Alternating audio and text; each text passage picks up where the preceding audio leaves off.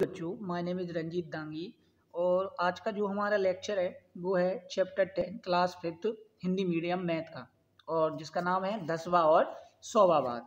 तो इसको स्टार्ट करने से पहले थोड़ा सा हम इसके बारे में जान लेते हैं कि याद रखिए यहाँ पे लिखा हुआ है, ठीक है ना। तो स्केल में जो 1 सेंटीमीटर के 10 बराबर भाग हैं, तो हर भाग 1 सेंटीमीटर का 10वां भाग होता है। जो हर भाग होता है ना वो 1 सेंटीमीटर का कितना होता है, 10वां भाग है। 1 सेंटीमीटर के 10वें भाग को 1 मिलीमीटर कहते हैं। क्या कहते हैं? 1 मिलीमीटर कहते हैं। हम 1 सेंटीमीटर के 1/10वें भाग को 0.1 सेंटीमीटर कहते हैं। क्या कहते हैं? 0.1 सेंटीमीटर कहते हैं। 1 मिलीमीटर बराबर 0.1 सेंटीमीटर के बराबर होता है। 1 पैसा 1 रुपए का 100वां भाग होता है, इसे हम 0.01 रुपए लिखा जाता है। गोल्ड मेढक दुनिया के सबसे छोटे मेढकों में से एक है, इसकी लंबाई केवल 0.9 सेंटीमीटर है। बुल मेढक सबसे बड़े मेढकों में से एक है, इसकी लंबाई 30.5 सेंटीमीटर तक होती है। हम 50 पैसे को 0.50 रुपया या 0.5 रुपये लिख सकते हैं, ठीक है ना। तो आइए हमारा चैप्टर स्टार्ट करते हैं। आप अपनी बुक खोलकर बैठिएगा और उसमें देखिएगा, ठीक है ना। तो 10वां और 100वां भाग। तुम्हारी इस्तेमाल की हुई सबसे छोटी पेंसिल की लंबाई कितनी है? इस पेंसिल की लंबाई अंदाजे से लिखो, ठीक है ना। तो यहाँ पे आपकी जो लंबाई, जो पेंसिल की जो लंबाई है ना, तुम्हारी इस्तेमाल की हुई सबसे छोटी पेंसिल की लंबाई कितनी है? तो मेरी इस्तेमाल की हुई सबसे छोटी पेंसिल की लंबाई 5 सेंटीमीटर है। इस पेंसिल की लंबाई अंदाजे से लिखना है, तो अंदाजे से इसे स्केल से मापो, तुम्हारा अंदाजा कितना अच्छा है। तो अंदाजे से अगर हमने लिखा तो 5 सेंटीमीटर है। अब जब हमने इसको मापा तो मेरे अंदाज से इस पेंसिल की लंबाई कितनी आई? 3.5 सेंटीमीटर है। स्केल से मापने पर मैंने देखा कि इसकी लंबाई 3.5 सेंटीमीटर है, से थोड़ी ज़्यादा है, अतः मेरा अंदाजा लगभग ठीक है, ठीक है ना। मेरा अंदाजा लगभग क्या आएगा? ठीक है। अब इस पेंसिल की लंबाई कितनी है?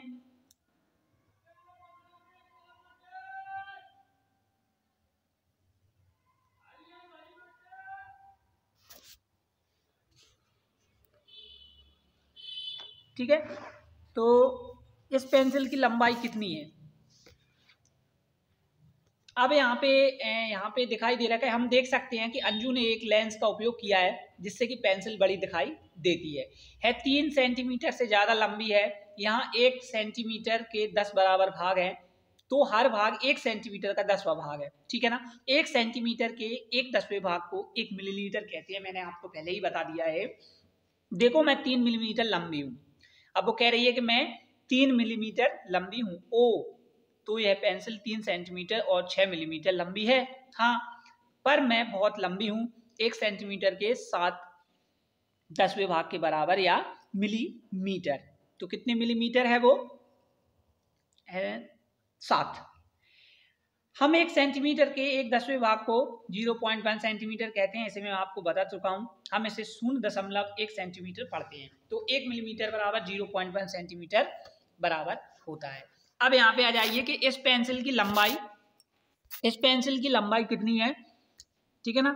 तो इसकी लंबाई सेंटीमीटर में कितनी सेंटीमीटर है? अगर आपको दिख रही होगी तो इस पेंसिल की जो लंबाई है ना वो 6 मिलीमीटर है, और इस पेंसिल की लंबाई हम 0.6 सेंटीमीटर लिख सकते हैं। ओके, फिर मेढक का आ जाता है। मेढक, तो क्या तुमने मेढक देखे हैं? कहाँ? तुमने कितनी तरह के मेढक देखे हैं? क्या सभी मेढकों की लंबाई एक जैसी होती है? हाँ, मैंने मेढक देखे हैं। उन्हें जमीन पर कीड़े खाते हुए देखा है, वे तालाब के किनारे और पानी में भी दिखाई देते हैं।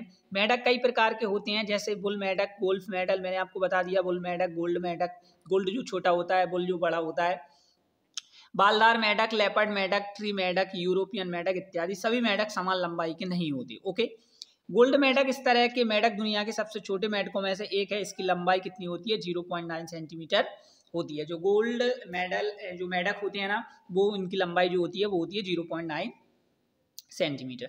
अंदाजा लगाओ कि ऐसे कितने मेढक तुम्हारी छोटी उंगली पर बैठ सकते हैं। मेरे विचार से ऐसे 5 मेढक मेरी छोटी उंगली पर बैठ सकते हैं। बुल मेढक यह सबसे बड़े मेढकों में से एक है। इसकी लंबाई कितनी होती है? 30.5 सेंटीमीटर तक होती है। अब 0.9 सेंटीमीटर का क्या मतलब है? यह मिलीमीटर के बराबर है। हम यह भी कह सकते हैं कि यह 1 सेंटीमीटर का 9/10वां भाग है। सही है या नहीं? हाँ, तो इसको के बराबर ऐसे कितने, तो इसके आंसर नीचे दिए गए हैं कि 0.9 सेंटीमीटर का क्या मतलब है, यह 9 मिलीमीटर के बराबर है, तो हम कह सकते हैं कि यह 1 सेंटीमीटर का 9/10वां भाग है। सही है ना? तो 0.9 सेंटीमीटर को 30 सेंटीमीटर और 5 मिलीमीटर के बराबर हम क्या कर सकते हैं, लिख सकते हैं। ऐसे 3-4 के मेढक 1 मीटर के स्केल में बराबर होंगे, 3 या 4 मेढक 1 मीटर के स्केल के बराबर होंगे। ठीक है ना? अगर वे एक कतार में बैठे हों तो कितने छोटे मेढक 1 मीटर की जगह घेरेंगे, तो 0.9 सेंटीमीटर के आकार के लगभग 110 छोटे मेढक 1 मीटर जगह घेरेंगे। अब आ जाता है अभ्यास का समय। तो यहाँ पर 2 सेंटीमीटर और यहाँ पर दिया है 2 सेंटीमीटर और 9 मिलीमीटर या 2.9 सेंटीमीटर। तो हम लिख सकते हैं कील की जो लंबाई है वो 2 सेंटीमीटर और 9 मिलीमीटर के बराबर है, या इसको डायरेक्ट हम लिख सकते हैं 2.9 सेंटीमीटर। फिर आ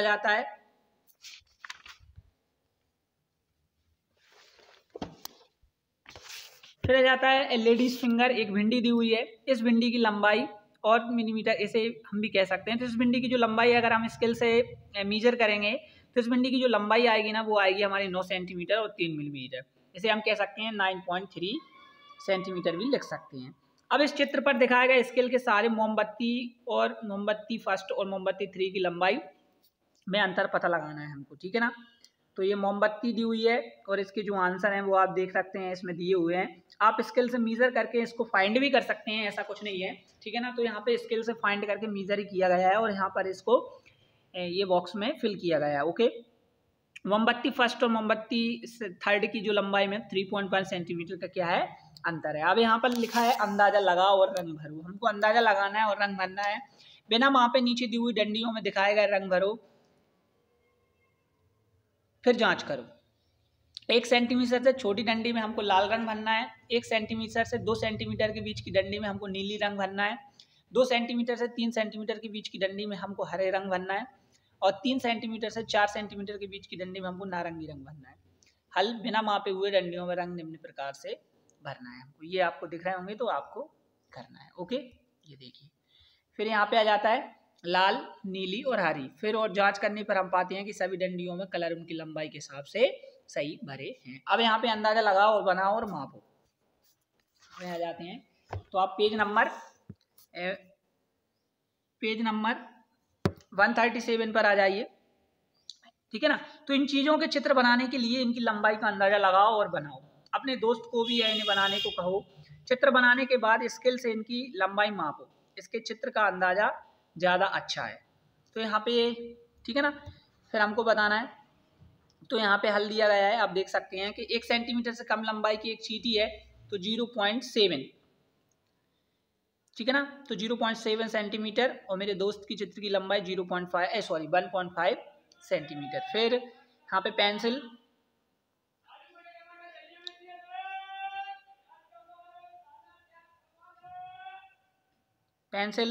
यहाँ पे गिलास और यहाँ पे गिलास के बाद यहाँ पे परिमाप की एक चूड़ी हुई है और 16 सेंटीमीटर लंबा एक घुंघराला बाल दिया हुआ है। ठीक है ना?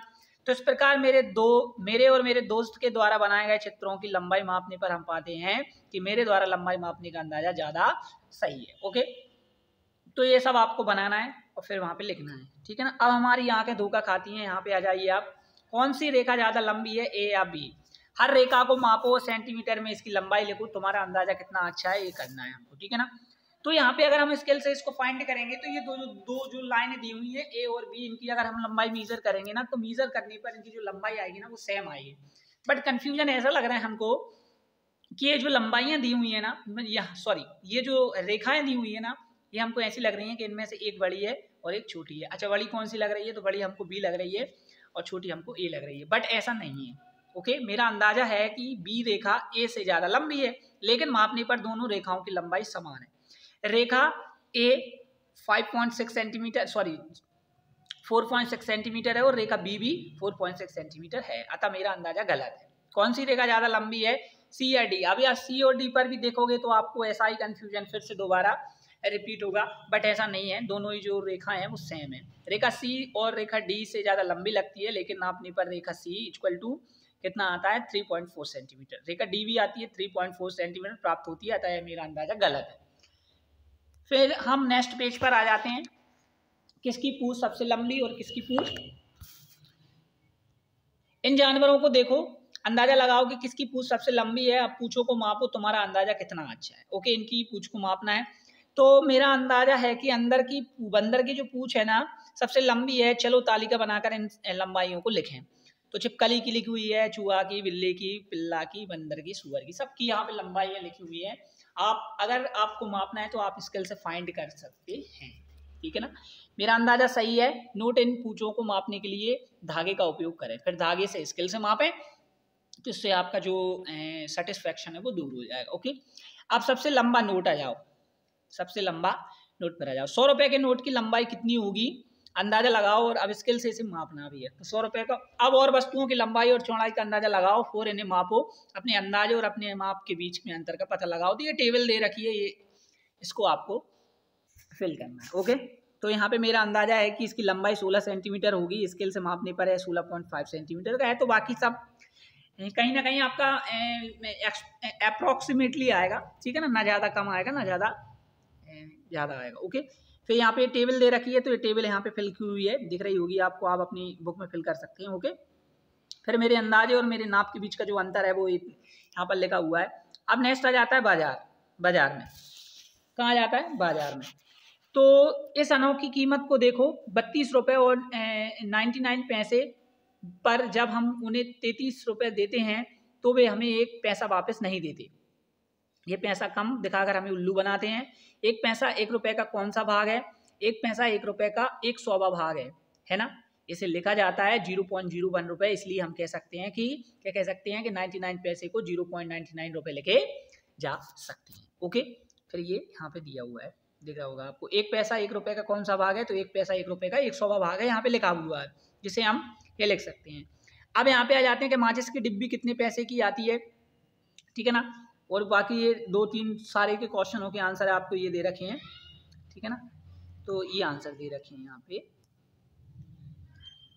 ओके, फिर ये यहाँ पे माचिस की एक डिब्बी 50 पैसे की आती है। माचिस की 5 डिब्बियों की कीमत 2.5 रुपये ली जा सकती है, चूंकि 0.5 में डिब्बी आती है 1। तो 2.50 में डिब्बी में आएंगी 5। एक साबुन की टिकिया दाम है उसका कितना है?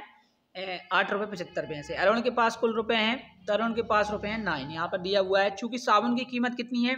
8.75 पैसे है। अरुण को पैसे वापस मिलेंगे तो घटा देंगे, मतलब माइनस कर देंगे, तो कितने मिलेंगे? 0.25 उसको पैसे वापस मिलेंगे। अब 1 दर्जन में 12 भाग होते हैं, 1 और आधा दर्जन में 18 नंग हो जाएंगे। 1 अंडे की कीमत है 2.5 रुपये, तो 18 अंडों की कीमत हो जाएगी 45 रुपये, ठीक है ना। फिर नेक्स्ट हवाले का आंसर देख सकते हैं आप कि 2.5 दर्जन अंडे खरीदने के लिए उसकी बचे पैसे, तो माइनस कर देंगे 60 में से 45, तो 15 बचे। 2 कलम की कीमत है 13, तो 1 कलम की कीमत होगी 6.5 सेंटीमीटर, तो 3 की होगी 19.50। इस प्रकार कलम 2 कलम खरीद सकता है, अतः कलम के मतलब जो कर्णन है ना उसकी कीमत है, उसके पास 2 रुपये बचे हैं। कर्णन 2 कलम खरीद सकता है, कर्णन के पास 2 रुपये बचेंगे। चूंकि 1 कलम की कीमत कितनी है? तो 6.5 रुपया है। 2 कलम की कीमत 13 रुपये हो जाएगी, अतः 13 रुपये में 2 कलम खरीद सकती है। फिर नेक्स्ट पेज पर आ जाते हैं हम। यहाँ पे अभ्यास का समय दे रखा है और मिलान करें, ठीक है ना। तो ये मिलान करना है हमको, तो यहाँ पे मिलान नीचे दिखाया गया है, आपको दिख रहा होगा, आप देख सकते हैं। ओके, फिर ये यहाँ पर दिया गया है कि हाफ, 110, 1/500, 5/4 ये सब दे रखे हैं, तो इनको सब मिलान भी किया गया है। ओके, अब यहाँ पे रंग बिरंगे डिज़ाइन दिए हुए हैं, तो यहाँ पे आप देख सकते हैं रंग बिरंगे डिज़ाइन क्या किस टाइप से दिए गए हैं। इस कागज़ का कितना भाग नीला है तो हमको बताना है। तो इस कागज़ का पहले पूरे काउंट कर लेते हैं हम, 1 2 3 4 5 6 7 8 9 10। तो 1/10 भाग इसका नीला है। इसका कितना भाग है? हरा है, तो 3/10 भाग इसका हरा है, दिख रहा होगा आपको। काला रंग, तो काला रंग के कागज़ में हम लिख सकते हैं 0.3 भाग को ढकता है। अब दूसरे कागज़ को देखना है हमको, तो एक दूसरा कागज़ भी दिया है यहाँ पे, आपको दिख रहा होगा। क्या हर खाना कागज़ का 1/100 भाग है? कितने नीले खाने हैं? तो क्या नीला हिस्सा 10/100 बराबर है? हमने देखा कि नीला हिस्सा कागज के 1/10 हिस्से के बराबर है, हमने बड़े कागज का 0 पॉइंट भाग लिखा है। हम कह सकते हैं, क्या हम कह सकते हैं कि ये है, तो ये 0.10 हो जाएगा मोचो, ठीक है ना। ये सारे आंसर आपको यहाँ पे मिलेंगे। कुल मिलाकर 10 × 10 10 खाने बनते हैं। हाँ, हर खाना कागज का 1/100 भाग है। 10 नीले खाने हैं, हाँ, नीला हिस्सा के बराबर भी है, हाँ। तो ये सारे क्वेश्चन के आंसर दे सके हैं आप। यहाँ पे क्या कर सकते हैं, इनको अपनी बुक में, अपनी नोटबुक में राइट डाउन कर सकते हैं। अपने डिज़ाइन बनाना है इस बार के 0.45 भाग में लाल रंग भरकर इस मज़ेदार डिजाइन बनाना है। तो यहाँ पर अब आपको क्या करना है, यहाँ पे कितने पर बनाना है हमको, 45/100 मतलब 100 में से 45 भाग पर क्या करना है हमको, ये रंग भरना है। कौन सा रंग भरना है, तो लाल रंग भरना है। तो ये ग्रिड दिए हुए हैं, इनमें आपको फिल करना है, ओके, ठीक है ना। फिर यहाँ पर ये जो देखो ये दिखाया गया है, तो यहाँ पर ये इन्होंने दिखाया भी गया है, यहाँ पर ये फिल भी किया है इन्होंने, ठीक है ना। अब रंगों का 4 रंगों का उपयोग करो और हर रंग को इस वर्ग का 0.05 भाग ढकना है। तो यहाँ पे ये ढका हुआ है इन्होंने। फिर आ जाते हैं खेल दिवस पर। तो मल्लापुरम के स्कूल का खेल दिवस हुआ। लंबी कूद में पहले 5 बच्चे हैं। लंबी कूद में कितने बच्चे हैं, 5 बच्चे, ठीक है ना। यहाँ पे ये टेबल भी दी हुई है। अब यहाँ पर टीना ने 3.50 मीटर की कूद लगाई, जो कि 3 मीटर और कितनी है, 50 सेंटीमीटर के बराबर है। पर अनु कितना लंबी कूदी, मीटर और सेंटीमीटर में लिखना है, और लंबी कूद में कौन जीता है ये भी हमको बताना है। तो अनु 3 मीटर और 50 सेंटीमीटर कूदी, लंबी कूद में रहना जीती। कौन जीती थी, रहना जीती। पहली, दूसरे और तीसरे स्थान पर आने वाले के नाम, स्टूडेंटों के नाम पर लिखो। तो ये देखो यहाँ पर ये है क्या तुम्हें। फिर नेक्स्ट पेज पर आ जाते हैं हम। तो यहाँ पे टेबल भी दिखाई गई है। अब यहाँ पर क्या तुम्हें याद है कि 1 मीटर बराबर 100 सेंटीमीटर होता है, हाँ तो याद है। तो 1 सेंटीमीटर का 1/100 भाग क्या होगा, 0.10 होगा, ओके। तो यहाँ पे आंसर दे रखे हैं, ठीक है ना। ये देखो 1 सेंटीमीटर का मीटर में लिखना है इनको, तो मीटर में लिखेंगे। तो ये देखो 3 मीटर और इनको सबको मीटर में लिखना है, तो यहाँ पे लिखे हुए हैं, ठीक है ना। तुम कितने बड़े हो सकते हो, तो ये बताना है, मीटर में लिखना है। अब तुम कितने बड़े हो सकते हो, तो सांस छोड़ने के बाद ये है, और लंबी सांस लेने के बाद ये है। अंतर बताना है, तो अंतर आया है 0.30 का। कितना आया है, 30 का अंतर आया है। अपने लिए करो और अंतर पता करो। तो ये अपने लिए भी करना है, अपने आप पर भी फॉलो करना है, और फिर अंतर को फाइंड करना, ओके। फिर खा का आ जाता है कि 2 सेंटीमीटर लंबाई तक पहुंचने के लिए तुम्हें 45 सेंटीमीटर और बढ़ाना होगा। अगर ये माप रही है इसको, तो इसको क्या करना है, 2 मीटर की लंबाई तक पहुंचने के लिए इसको 45 सेंटीमीटर और बढ़ाना होगा, ओके। यहाँ पे ये देखो, तो 2, अब दिनेश की लंबाई कितने मीटर है, तो चूंकि 2 मीटर बराबर कितना होता है, 200 सेंटीमीटर यहाँ पे दिया गया है, ठीक है ना। तो दिनेश की जो लंबाई होगी वो 45 घटा देंगे, तो 155 सेंटीमीटर होगी, ठीक है ना। 155 मीटर या 1 मीटर बराबर 55 सेंटीमीटर के बराबर होगी। अब यहाँ पे अभ्यास का समय आ जाता है पेज नंबर 143 पर। तो यहाँ पे एक टेबल दे रखी है, आपको दिख रही होगी। अलग अलग देशों के पैसे हैं। क्या तुमने दूसरे देशों में इस्तेमाल होने वाले नोट या सिक्के देखे हैं? शिवम बैंक ने एक तालिका है बताने के लिए दी है कि हमें कितने रुपए मिल सकते हैं अगर हम अपना पैसा अलग अलग देश के पैसों से बदल लें। तो यहाँ पे कोरिया की जो है वॉन है, श्रीलंका की रुपया, नेपाल की रुपया, हांगकांग की डॉलर, दक्षिण अफ्रीका की रैंड, चीन की युआन, यूए की दिरहम, यूएसए की डॉलर, जर्मनी की यूरो, इंग्लैंड की पाउंड। तो इंग्लैंड की पाउंड में आते हैं तो 77.76 आते हैं।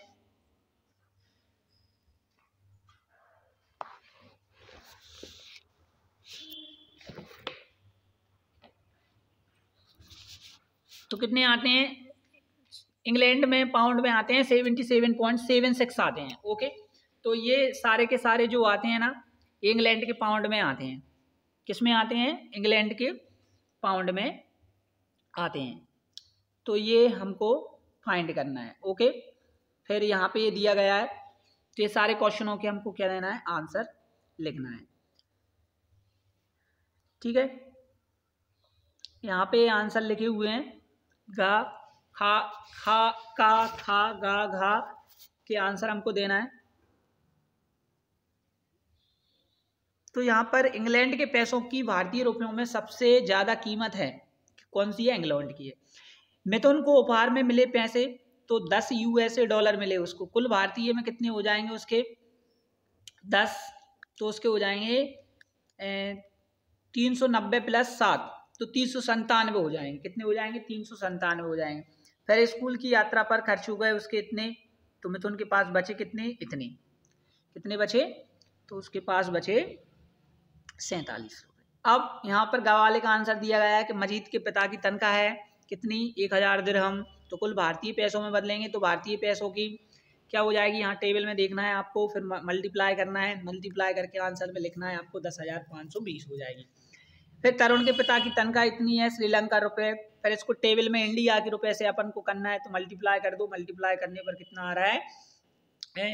74,000 पैसे आ रहे हैं, जो कि 740 पैसों रुपए के बराबर होंगे। तो तनख्वाह में मजीद के पिता की जो तरुण के तरह से ज़्यादा भारतीय रुपए मिलते हैं। उपहार की कीमत है 30 युआन, भारतीय में बदलेंगे तो इसको टेबल में देखना है कि जो भारतीय रुपए युआन के कितने बराबर है, उससे मल्टीप्लाई करना है। मल्टीप्लाई करने पर आपका जो आंसर आएगा वो 1.65 आएगा, मतलब 165 रुपये। यहाँ पर डावाले का भी आंसर दिख रहा होगा आपको, देख सकते हैं आप, ठीक है ना। फिर यहाँ पर आ जाते हैं, तो चूंकि डॉलर हांगकांग की है तो हांगकांग के देंगे तो 99 हांगकांगी डॉलर लगभग के बराबर होगा।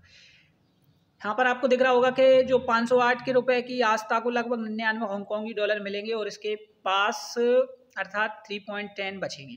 अब यहाँ पर देखिए, किरण 200 रुपये लेकर खरीदारी करने गई, बिल को देखो, दुकानदार सही जगह बिंदु लगाना भूल गया। बिंदुओं को सही जगह लगाओ और इस बिल के कुल पैसों का पता लगाओ। तो ये टेबल दी हुई है, बिंदु लगाना भूल गया है वो, ठीक है ना।